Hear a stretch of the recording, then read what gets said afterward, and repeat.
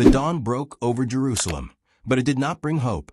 It shattered peace with the echo of distant alarms and anguished cries. The city that holds the pulse of prophecy found itself thrust once more into a maelstrom. This morning's catastrophe sent shockwaves not only through ancient stone streets, but into the hearts of millions watching from afar, who sense that what is unfolding transcends mere headlines and politics. Jerusalem, a living clock of biblical destiny, trembled beneath a weight that felt both immediate and eternal. As the world reels, the holy city stands at the very center of turmoil. Sirens wailed, and people fled for shelter. Reports echoed through every device: a dreadful attack, lives lost, countless wounded, chaos spiraling at the holy gates. The pain was raw, families torn asunder, prayers rising amid dust and fear. It is as if the ancient words of the prophets have come alive. For I will gather all nations against Jerusalem to battle, and the city shall be taken, and half of the city shall go forth into captivity. Zechariah 14 verse 2. The prophecy resounds, not as distant threat, but as trembling reality. In the trembling of the city's foundations and the desperate rush of men and women clinging to their loved ones, something ancient awakens. Old walls have seen centuries of war, conquest, and hope, but the agony this morning seemed to press closer, carrying the chill of something more, a warning destined for all nations. In the clamor and ruin, the city senses the footsteps of what was foretold, the gathering storm before the Antichrist's rise. Neighbors pulled one another from fallen stones. Somewhere under the shadow of the Temple Mount, a rabbi wept with strangers, Jews, Christians, even non-believers, united not by faith, but by shared terror and the bone-deep awareness that Jerusalem is different. Her pain is never hers alone. What happens here is a sign for the world. Pray for the peace of Jerusalem. They shall prosper that love thee. Psalm 122 verse 6. Yet this morning's blood and ash ignite something more than prayer. They awaken prophecy. Social media floods with footage. Walls blackened. Children clinging to their mothers. Faces streaked with ash and fear. Words like Antichrist now move beyond sermons and conspiracy. They fill the comment threads and newspaper columns. Some shout that the abomination prophesied by Daniel has come near. He will exalt himself and magnify himself above every god, and shall prosper till the indignation is accomplished. Daniel 11 verse 36. Today's shock is not isolated. It is a reverberation, a trumpet for the nations to watch, to wake. As night falls, every stone in Jerusalem seems to vibrate with urgency. The clergy, the elderly survivors, the youth whose futures are torn, all sense it. This calamity is not the end, but the harbinger. In the trembling silence after the last explosion, a single question hovers in the bitter smoke. Are these the birth pangs Christ spoke of, the warnings of the Antichrist, the time when the nations are forced to look upon Jerusalem in fear and wonder? The world watches. Heaven weeps. Jerusalem bleeds. And the prophecies burn brighter. What happens next will test faith, hope, and humanity itself. The story has only begun. As Jerusalem's anguish reverberates around the globe, attention turns not merely to the devastation, but to the prophetic tapestry found in Scripture. This morning's catastrophe is no isolated event. It is another stitch pulled tight in the fabric of ancient warnings. The headlines echo with conflict and fear, but those who search the Bible for meaning see unmistakable signs. The shadows of the Antichrist beginning to fall across the earth. Even as the dust settles in Jerusalem, reports pour in from across Israel and the surrounding nations. Rising tensions, relentless assaults, an atmosphere charged with suspicion and dread. The pattern is painfully familiar. Wars and rumors of wars, nations stirred to fury, global leaders scrambling for answers. Yet, behind the surface turmoil, Scripture whispers of a time when deception and unity will give rise to a ruler unlike any before. And then shall that wicked be revealed, whom the Lord shall consume with the spirit of his mouth. 2 Thessalonians 2 verse 8. The voices of prophets seem to leap from ancient scrolls into the chaos of the present. The prophet Daniel foresaw a time when a cunning figure would broker peace, only to plunge the world into deeper darkness. He will confirm a covenant with many for 1:7. In the middle of the 7, he will put an end to sacrifice and offering. And at the temple he will set up an abomination that causes desolation. Daniel 9, verse 27. Today, as talks of rebuilding the temple flit through news and speculation, hearts tremble at the thought that prophecy may be moving from symbol to reality. The world teeters, economies falter, political powers shift, digital currencies rise, surveillance tightens, and moral boundaries blur. The spirit of Antichrist, long spoken of, emerges not only as a person, but as a pervasive ethos feeding on chaos and offering seductive answers. In synagogues, churches, and mosques, believers gather, searching their scriptures for hope and warning. Some asking if the one called the little horn in Daniel or the beast of Revelation is already waiting in the hidden machinery of international power. Inside Jerusalem, rumors swirl that leaders are seeking impossible alliances. Strange treaties loom on the horizon. Survivors of today's disaster ponder if this agony is merely the trumpet blast before a false peace, one that will precede a global descent. Eyes scan the night sky, recalling Jesus' words, "You will hear of wars and rumors of wars, but the end is not yet." Matthew 24, verse 6. Yet the tremors beneath the city shake those words with new urgency. Beyond the city's battered walls, families mourn their dead, but every candle lit becomes a silent vow to watch and pray. Emergency crews, journalists, clergy, all sense that Jerusalem's suffering stands as both warning and witness. In homes worldwide, many awaken to the realization that the events rippling from Jerusalem may soon engulf all nations. For Scripture reveals that before the Antichrist's full unveiling, deception will increase, and even the elect will be tempted to despair and confusion. Matthew 24, verse 24. Tonight, amid the sirens and the silent prayers, the question remains, are these prophetic markers, wars, alliances, betrayals, proof that the great deception is near? Are today's catastrophes not only warnings, but invitations to readiness, urging all to discern the times and prepare their hearts for the impending tribulation? Night envelopes Jerusalem yet again, but fear does not sleep. Across the planet, eyes search not just for headlines, but for signs, biblical markers that might confirm this crisis as the precursor to a darker reign. In homes and sanctuaries, the question grows urgent. Are we living through the time of Antichrist? The answer may well be written both in the smoke swirling above Jerusalem and in the scriptures that have endured centuries of hope and warning. The prophets wrote that before the end, the world would witness a figure shrouded in charisma and ruthlessness, rising in a maelstrom of chaos. Today, as despair hovers over Israel, those ancient traits feel present, even palpable. The Bible offers unmistakable signs. The Antichrist will exalt himself above all gods and seek worship, speaking against the Most High, Daniel 11 verses 36 to 39. He will be a master of intrigue and a skilled politician, deceiving many by flattery and promising peace, only to unveil his true nature in violence and blasphemy. The air is thick with rumors of emissaries negotiating strange alliances, of covert symbols appearing in public places, of technology transforming freedom into surveillance.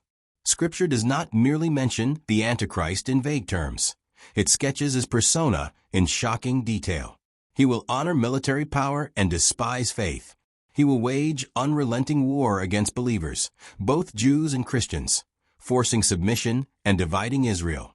He will invade Jerusalem and stand in a restored temple, calling himself divine, the abomination of desolation, spoken by Jesus, Matthew 24 verse 15, Daniel 9 verse 27.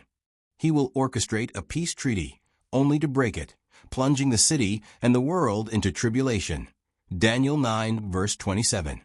He will demand a mark, 666, symbolizing allegiance to his rule and rejection of God, Revelation 13 verse 18. The crisis is not only political or military, it is spiritual warfare. False miracles may erupt. Crowds might gather around a false Messiah who dazzles with wonders and speeches. Churches worldwide whisper of supernatural deception, of even the elect being seduced by irresistible falsehoods. For many will come in my name, saying, I am the Christ, and will deceive many. Matthew 24 verse 5.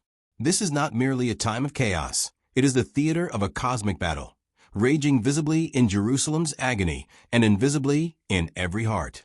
Those walking the ancient streets now hear old prophecies as living thunder. Survivors clutch children closer. Priests speak of Enoch and Elijah, witnesses who, according to ancient promise, will confront the Antichrist in Jerusalem itself before being martyred and raised by God. In the ruins, courage and terror mingle as people look for a leader who offers hope, not realizing prophecy foretells a betrayer who will invert justice and enthrone evil, if only for a season. Outside Israel, the signs multiply. Technology promising peace while stripping liberty, global markets trembling, faith mocked, hearts turning cold. Countless voices call out for discernment, praying that eyes remain sheltered from the great deception spreading as fast as news itself. The agony in Jerusalem cuts through apathy, ringing as an urgent alarm for every nation. Is this morning's catastrophe simply the latest tragedy, or a seal broken upon the prophetic scroll? The answer may determine not only the fate of a city, but the destiny of a world sleepwalking toward the hour of testing. The crisis does not relent. While the world debates, Jerusalem is forced to kneel under the weight of its own destiny. As smoke from the morning's catastrophe lingers, the pace quickens. Each headline and push notification feels like one more beat of the apocalypse's dark drum. In the hearts of the people, and in sacred text, the sequence becomes clear. The tribulation is on the horizon, its signs multiplying with terrifying clarity. The Antichrist, whose rise was seen as a shadow, now stands nearly unmasked. The scriptures warn, he will orchestrate a peace treaty, drawing Israel into illusory safety, but will use this moment to betray. He will confirm a covenant with many for 1/7. In the middle of the 7, he will put an end to sacrifice and offering. And at the temple he will set up an abomination that causes desolation. Daniel 9 verse 27. Rumors surge that global leaders are negotiating behind closed doors, desperate to calm the chaos. But prophecy whispers that peace is the mask before devastation. Israel reels, markets tremble, tempers flare, faith communities brace themselves. The northern borders stir with unrest. Jerusalem, haunted by the memory of invasions past, pulses with anxious prayers. Rabbinic scholars pore over Daniel and Revelation, their fingers trembling on verses describing a rebuilt temple, a new world ruler, and relentless persecution. Families of every background gather at synagogues, churches, and mosques, asking with desperate urgency, is this just another conflict or the tribulation foretold? The Bible describes the tribulation as a time when the entire earth will groan, wars, famine, plagues, disasters in relentless succession. Matthew 24 verse 7. Revelation 6-16. Jerusalem's suffering telegraphs these global shockwaves, as if reminding the world that her fate is their warning.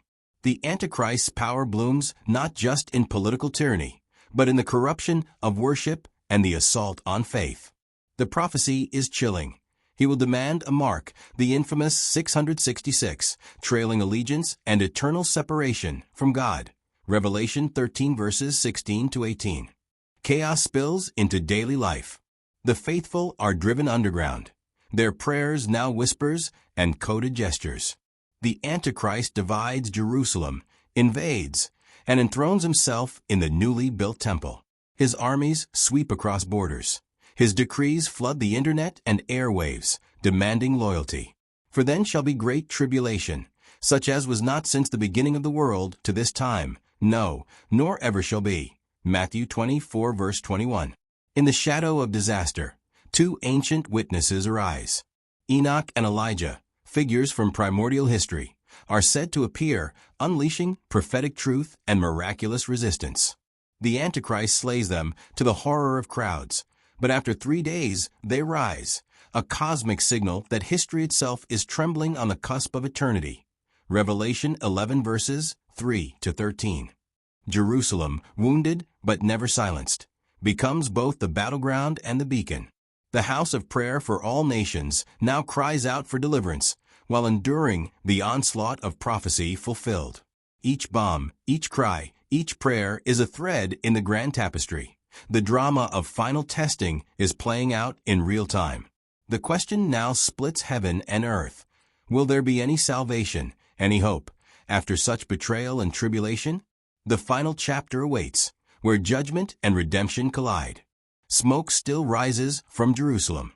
Around the battered holy city, armies gather. The world holds its breath.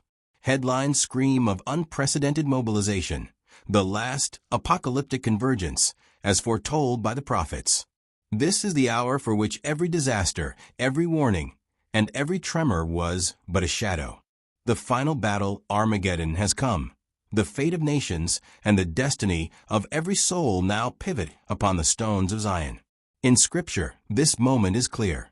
Then I saw the beast, the kings of the earth, and their armies, gathered together to make war against him who sat on the horse and against his army.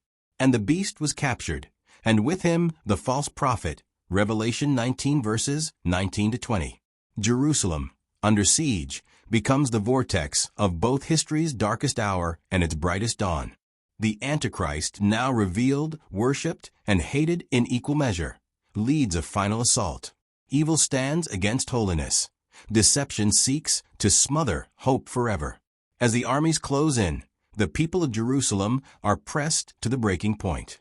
Desolation is near, the city split, homes plundered, children weeping in streets glistening with fire and tears. Yet in the valley of bones, at the edge of total annihilation, the heavens convulse. Thunder splits the gloom. Then the Lord will go out and fight against those nations. His feet will stand on the Mount of Olives, and the Mount of Olives will be split in 2-inch. Zechariah 14 verses 3 to 4.